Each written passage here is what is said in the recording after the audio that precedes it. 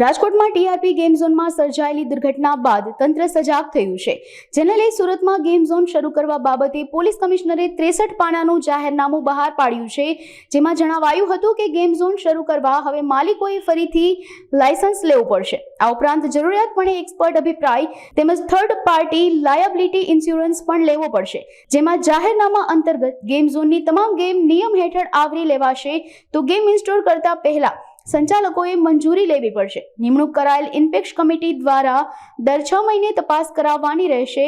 આ ઉપરાંત fire safety, BU અથવા સ્ટ્રક્ચર એબિલિટી, હેલ્થ અને ઇલેક્ટ્રિકલ તમામ બાબતોની એનઓસી અને મંજૂરી લેવી પડશે। પ્રથમ વખત લાયસન્સની વેલિડિટી 3 વર્ષની રહેશે, ત્યારબાદ લાયસન્સ દર 2 વર્ષે રિન્યૂ કરાવવાનું રહેશે।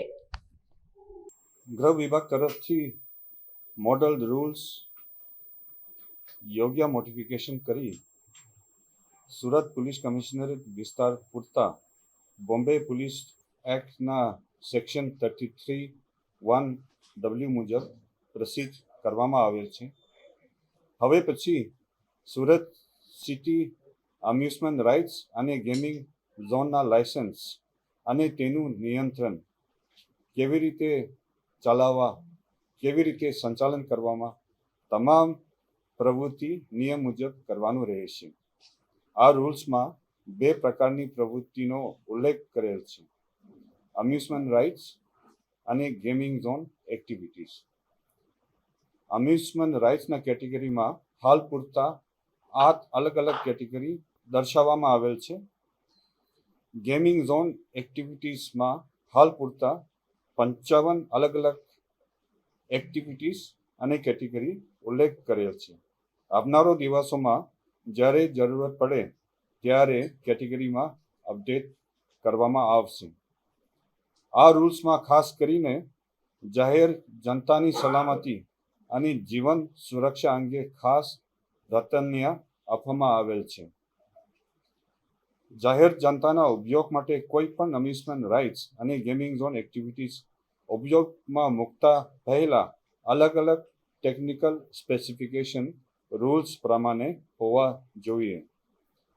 ટેકનિકલ સ્પેસિફિકેશન કડકાઈપણે પાલન થાય છે કે કેમ તે માટે આ રૂલ્સમાં એક ક્વોલિફાઈડ પર્સનના જોગવાઈ કરવામાં આવેલ છે અને આ ક્વોલિફાઈડ પર્સનના ફરજ રહેશે કે તમામ ટેકનિકલ મુદ્દાઓ પર નિયંત્રણ રાખવાનું અને સુપરવિઝન રાખવાનું, જેના પાસે સિવિલ, મેકેનિકલ અથવા તો ઇલેક્ટ્રિકલ ડિગ્રી હોવા જરૂરત રહેશે।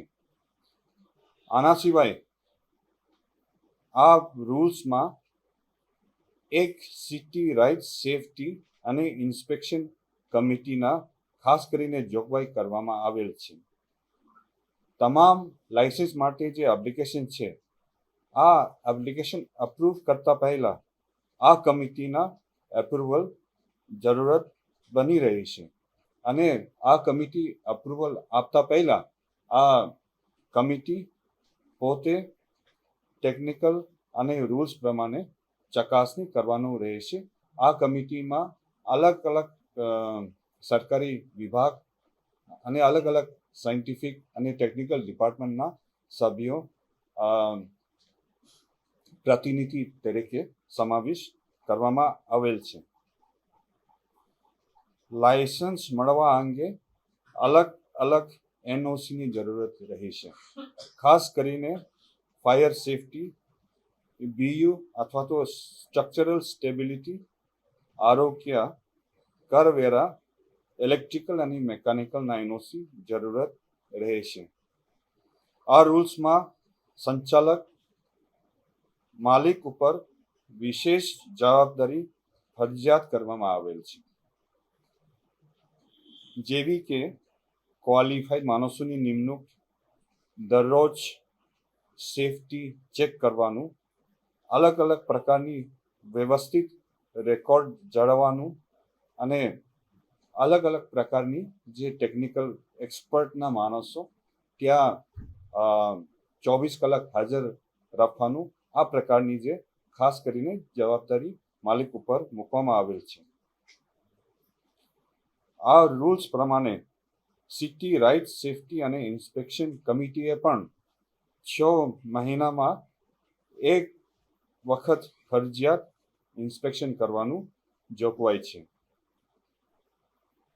લાયસન્સ પ્રથમ વાર ઇસ્યુ કરતી વખતે 3 વર્ષની વેલિડિટી રહે છે અને ત્યાર પછી દર 2 વર્ષે રિન્યૂ કરવાનું રહે છે.